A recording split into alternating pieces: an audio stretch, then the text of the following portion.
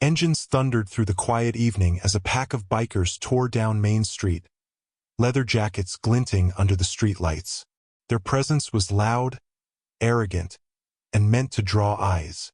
People on the sidewalk slowed, heads turning as the gang came to a sudden stop in front of a small grocery store. Out of the shadows, a tall man stepped out, carrying a paper bag of groceries.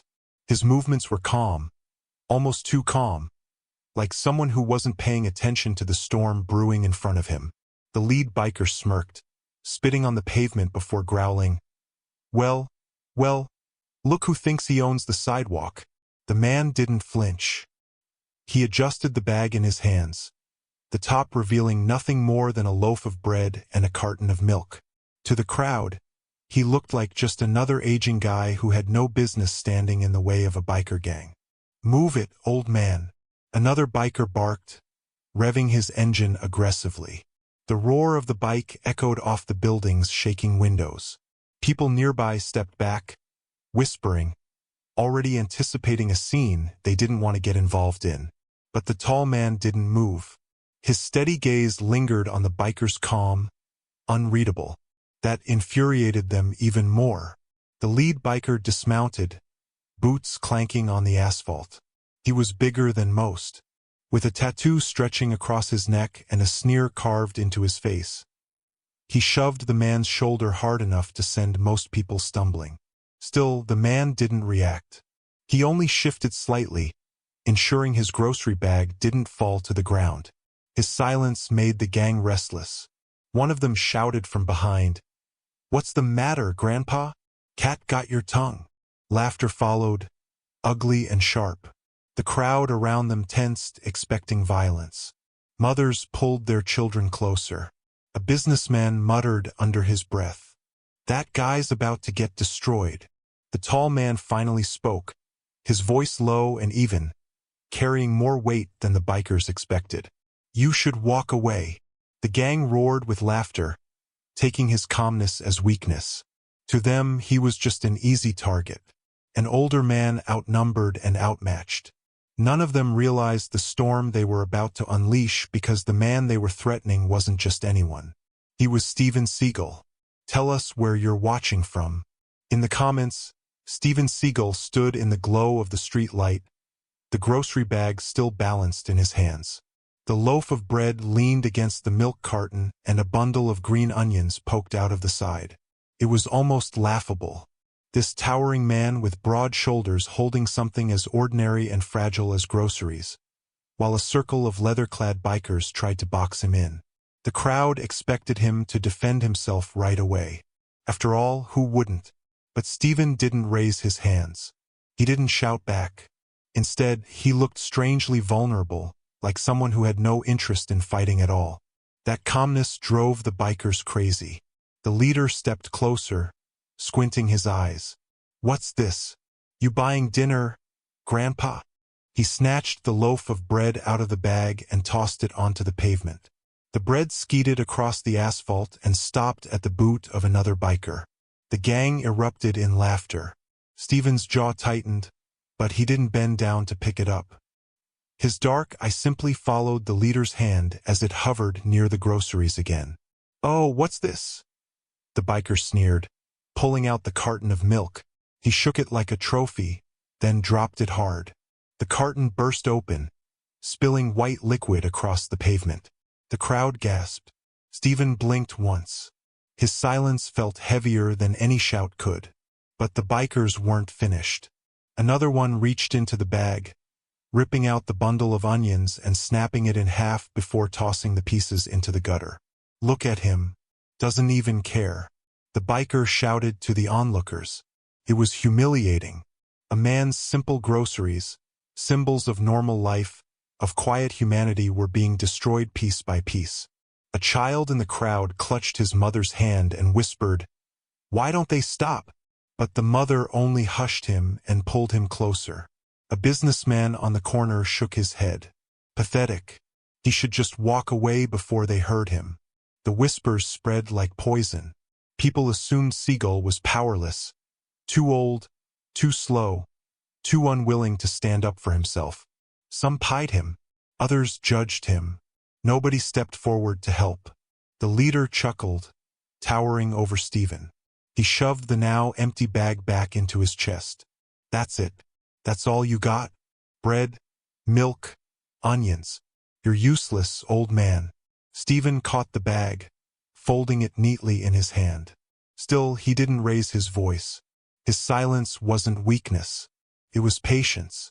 But nobody watching could understand that. To them it looked like a man being stripped of dignity piece by piece. While the world turned its back, the bikers leaned in closer now, emboldened by the crowd's inaction. One revved his bike engine again, sending exhaust smoke into Stephen's face. Another slapped his shoulder mockingly, saying, "Come on, Grandpa, show us what you've got, or are you scared?"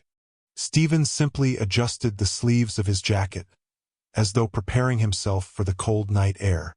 His voice came out low, almost a whisper, but sharp enough that the closest biker flinched. "You've taken enough." The laughter quieted for just a moment. The words weren't shouted. They weren't a threat. But something in the tone carried weight, like an iceberg lurking beneath calm water. The leader smirked, mistaking it for hollow defiance. "Or what?" he spat, stepping even closer until his chest pressed against Stephen's. The crowd held their breath. Stephen's eyes flickered, not with fear, but with something else. Something quiet, something dangerous. But still, he didn't move.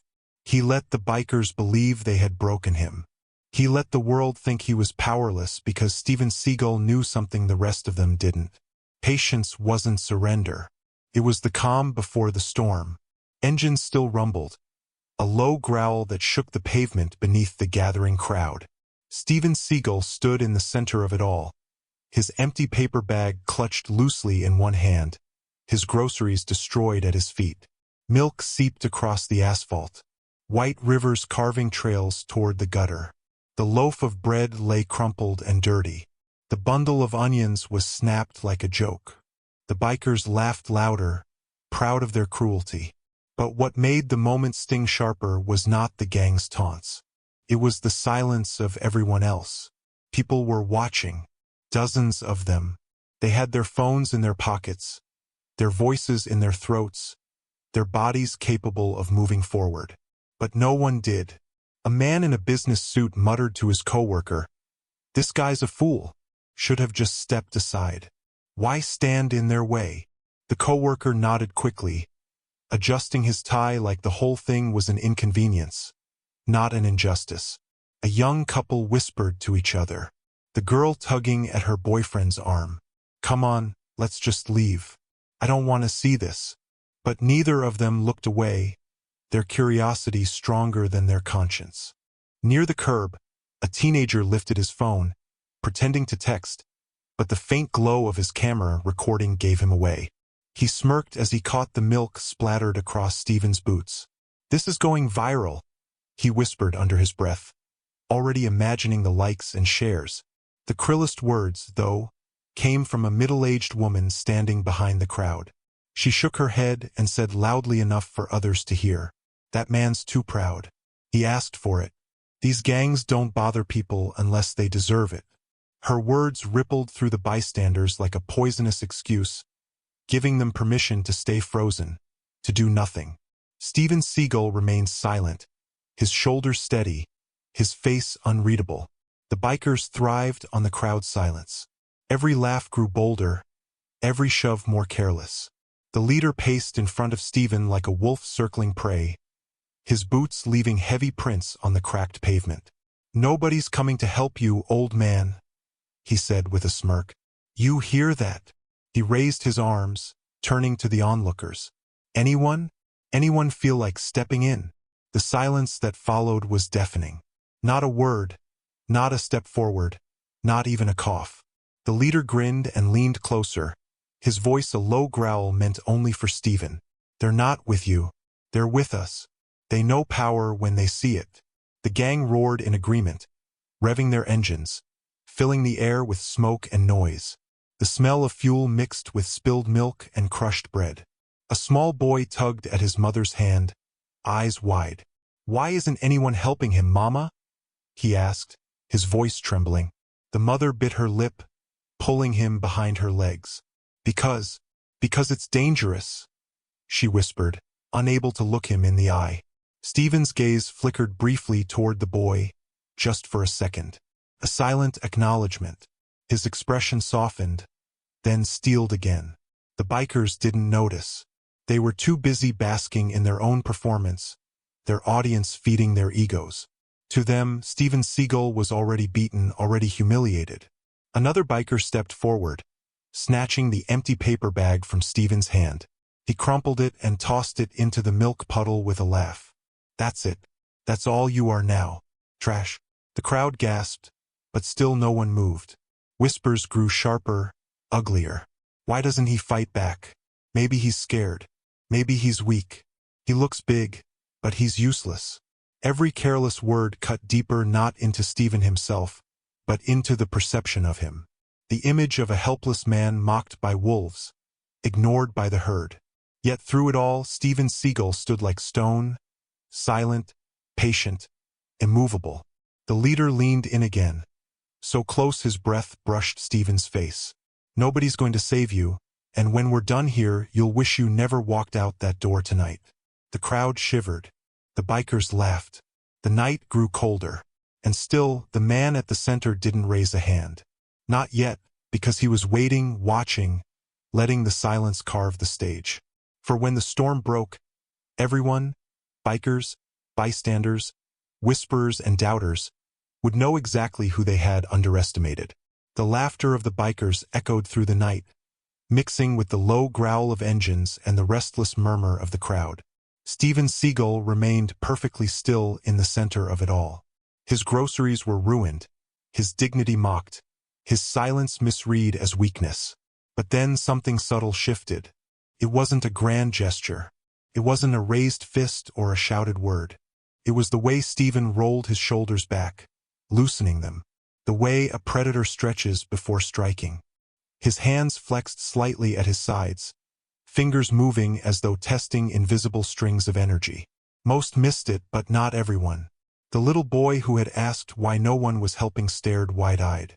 "Mama," he whispered, tugging at her sleeve. "Look at his hands." The mother frowned, not understanding. To her, Steven looked the same, quiet, still, unshakable. But to a child's eyes, something had changed. The leader of the bikers didn't notice either. He was too busy puffing out his chest and feeding on the crowd's fear. "See this?"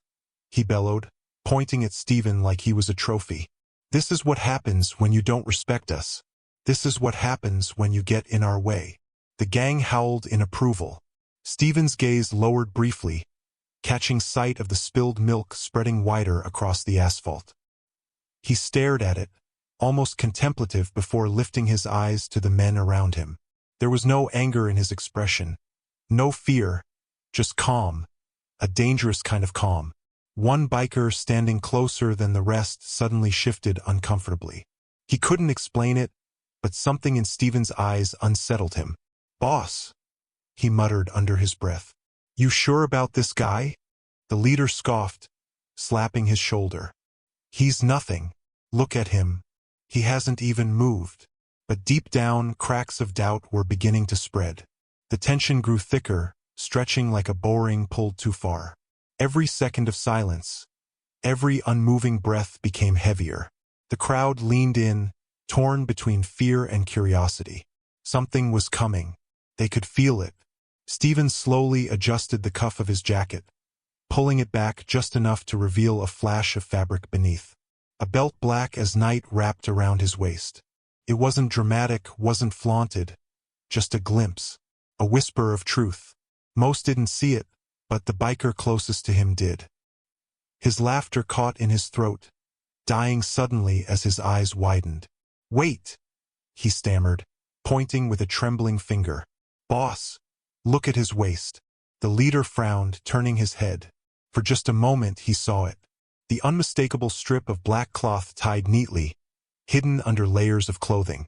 His smirk faltered only for a second. Then he barked a laugh to cover it up.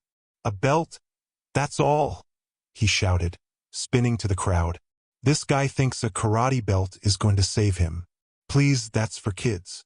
The gang erupted in laughter again, but there was a thin edge to it now. Less certain, less free. The crowd, too, felt the shift. Some whispered, questioning what they'd seen. "Was that a black belt?" one man asked. "Karate," another woman muttered. The rumor spread like a spark in dry grass. The little boy's eyes lit up. "Mama, did you see? He's a fighter. He's not weak." The mother hushed him quickly, though even she couldn't hide the unease in her eyes now. The leader noticed the change in the crowd's energy and clenched his jaw. He couldn't allow doubt to take root. He stomped forward, jabbing a finger into Stephen's chest. "I don't care what belt you wear under there," he sneered. "Tonight, you're nothing." Stephen finally lifted his head fully, his voice low, almost a growl. "You've made a mistake." The words hung in the air like thunder before a storm. For the first time, the laughter faltered completely. Engines idled lower. The crowd hushed, leaning forward, sensing the shift.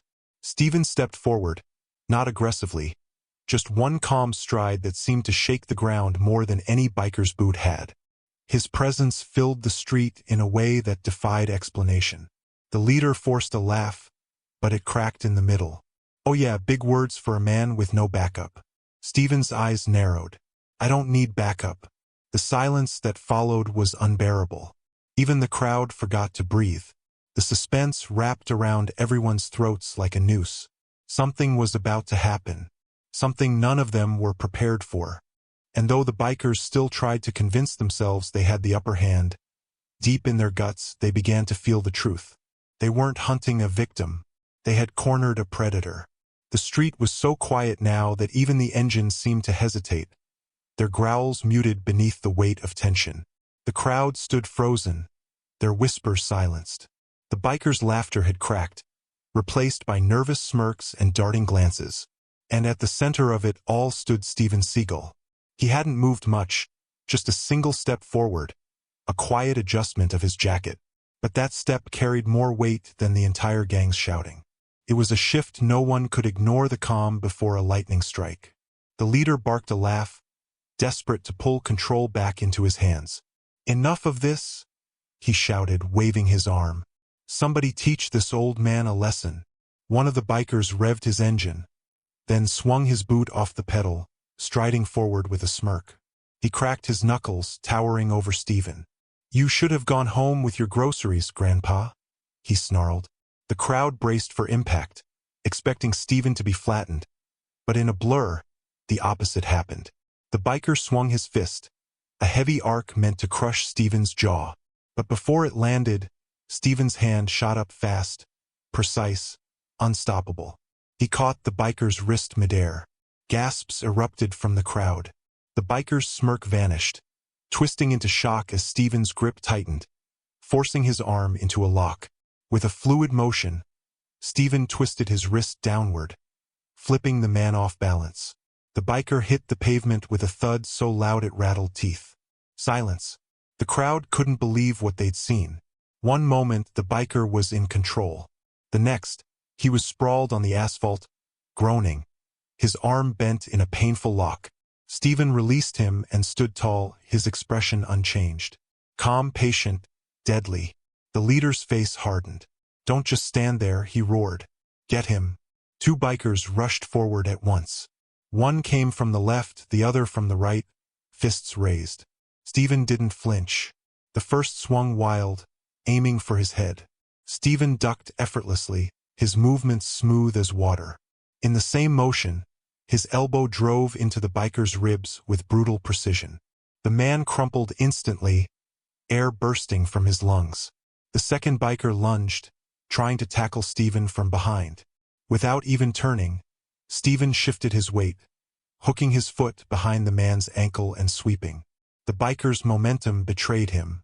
He crashed onto the pavement face first. The crowd erupted in gasps and shouts. Phones came out now, recording every second. What had looked like an old man's humiliation had flipped into something extraordinary.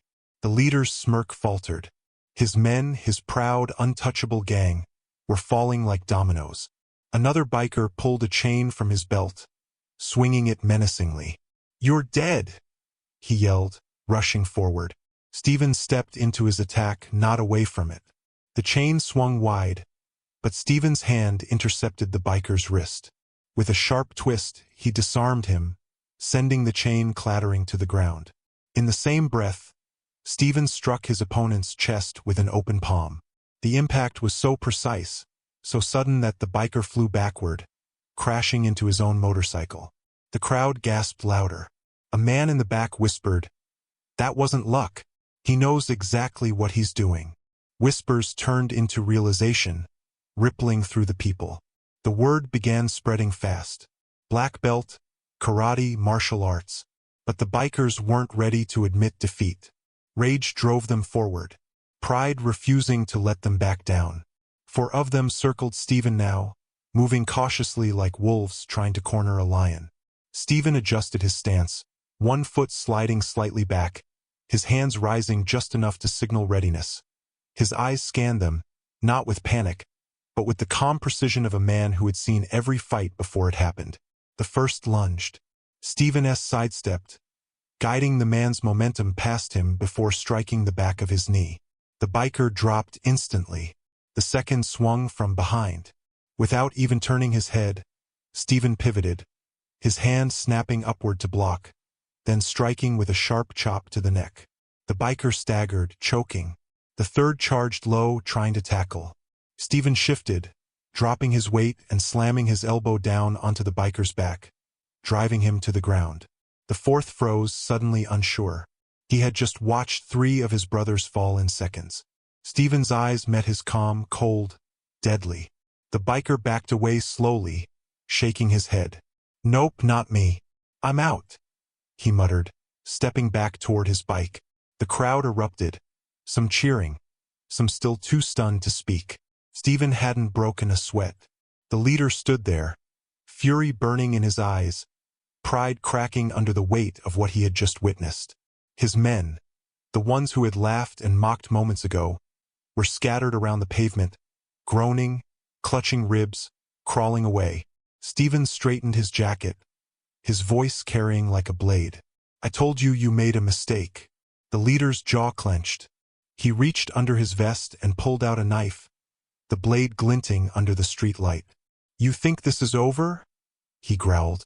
"I'll show you what happens to men who mess with us." The crowd gasped again, panic rippling through them. Some turned away, afraid of what was about to happen. But Steven didn't flinch. His eyes locked on the blade, then on the man holding it. Calm, steady, unshakable. The storm had broken, and the real fight was only beginning. The street light gleamed off the blade as the leader flicked the knife open with a snap. The crowd gasped in unison, mothers pulling their children back, onlookers retreating toward storefronts. Phones zoomed in, recording every second. "Think you're tough, old man?" The leader growled, his voice shaking with rage.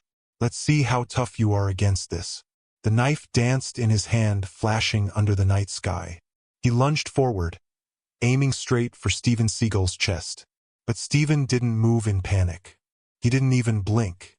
With a speed that seemed impossible for a man his size, his hand shot out, catching the leader's wrist mid-thrust. Gasps rippled through the crowd. The blade stopped inches from his chest, frozen in the air like time itself had paused. The leader snarled, trying to push forward, but Steven's grip was iron. Calmly, he twisted the wrist outward, forcing the man's body off balance. The knife clattered to the pavement, spinning until it landed at the feet of the crowd. A young man near the front stepped on it quickly, kicking it out of reach. The crowd erupted in cheers. But Steven wasn't finished. The leader swung with his free hand, wild and desperate. Steven ducked, countering with a sharp elbow to the ribs. The man doubled over, coughing, air knocked from his lungs. Steven guided him down, not with brute force, but with precise control, locking his arm behind his back in a joint hold that left him immobilized. The roar of engines had gone quiet now. The gang that once looked invincible sat scattered, beaten, moaning on the ground. The leader was pinned, his face pressed against the cold asphalt, his arm twisted in a way that left him helpless. Stephen leaned down, his voice low, but clear enough for everyone to hear. You chose violence. Now live with the consequences. The leader groaned in pain, his bravado shattered. All right, enough, he shouted, voice cracking. The crowd surged forward, their fear dissolving into energy. Some cheered, some clapped, others shouted, "Teach him a lesson." Phones flashed as cameras captured the moment. The mighty gang leader humbled in front of everyone by the very man they had mocked. Stephen released the lock, shoving the leader backward. The man stumbled onto his knees, gasping, sweat pouring down his face. His knife was gone. His men were defeated, and his reputation crumbled under the weight of silence. Stephen straightened his jacket, his breathing steady, his stance composed. Not once had he lost control. The leader looked up at him, shame and fury battling in his eyes. You don't know who you're messing with, he growled weakly. Stephen's gaze was unshakable. I don't care who you are. Respect is earned, not forced. Tonight you learned that. The crowd roared with approval, the energy shifting completely. No longer silent, no longer judging. Now they were united in awe. The businessman who had muttered earlier shook his head in disbelief. I thought he was finished, but he's a master. The teenager with the phone lowered it for a moment, stunned. This is going to blow up online, he whispered. One by one, the bikers limped back to their motorcycles, defeated and silent. Their engines sputtered to life, no longer proud or thunderous, but weak, retreating growls. They didn't look back. Even their own leader crawled toward his bike, humiliated, his arrogance shattered. Stephen didn't chase them. He didn't need to. Justice wasn't about revenge. It was about balance. And balance had been restored. The little boy who had watched it all tugged at his mother's sleeve again. Mama, he saved himself. He didn't even get scared. The mother nodded slowly, her eyes wide. He's not just anyone, she whispered. As the last motorcycle roared away into the night, the crowd turned back to Stephen. Dozens of eyes watched him, not with pity anymore, but with respect. Stephen bent down, picking up the ruined loaf of bread from the ground. It was dirty, flattened, unsalvageable. He held it in his hand for a moment, then let it drop back into the bag. His face softened, almost sad, but then he straightened once more, meeting the eyes of the boy in the crowd. For the first time, he smiled. The boy grinned back, clutching his mother's hand tighter. Stephen gave a small nod, then turned away, walking calmly down the street as if nothing had happened. The crowd parted for him like a tide, their whispers now filled with reverence instead of judgment. Behind him, the sound of engines faded into nothing. Justice had been served. The night air felt different now. Where moments ago it had been heavy with fear and tension, it was now filled with a strange calm, a collective exhale. People lingered, whispering to one another, replaying the scene over and over in their minds. Stephen Seagal walked steadily down the street, his grocery bag tucked under one arm. The ruined bread inside didn't matter. What mattered was the quiet dignity with which he carried himself, untouched, unbroken, unafraid. Behind him, the little boy's voice rang out once more. Sir. Stephen paused. He turned, his eyes finding the boy again. The child stepped forward nervously, clutching the paper scrap he had been doodling on earlier. It was nothing more than a childish sketch of a stick figure standing tall against what looked like giant bikes. The boy's cheeks flushed with embarrassment as he held it out. This is you, he said softly. You're the strong man. For the first time that night, Stephen's expression softened. He crouched slightly, taking the paper with careful hands as though it were the most valuable gift in the world. He gave the boy a small nod, a gesture that said more than words ever could. The mother pulled her son back gently, smiling at Stephen with quiet gratitude. No words were exchanged. They weren't needed. Respect had been earned without a single demand. Around them, people began to applaud. It wasn't loud or chaotic, but steady, heartfelt, strangers from different walks of life, united in awe at what they had witnessed. Stephen tucked the boy's drawing into his jacket pocket and gave the crowd a final nod before disappearing into the night. His figure melted into the shadows, leaving behind nothing but whispers and the memory of what had unfolded. The boy tugged on his mother's sleeve again. "Mama, will he be okay?" She smiled softly. "He already is." And with that, the lesson hung in the air, unspoken, yet clear to everyone who had witnessed it. Respect isn't taken by force. It's earned by strength, discipline, and dignity. Silent doesn't mean powerless. Invisible doesn't mean weak. And sometimes the quietest man in the room carries the greatest power.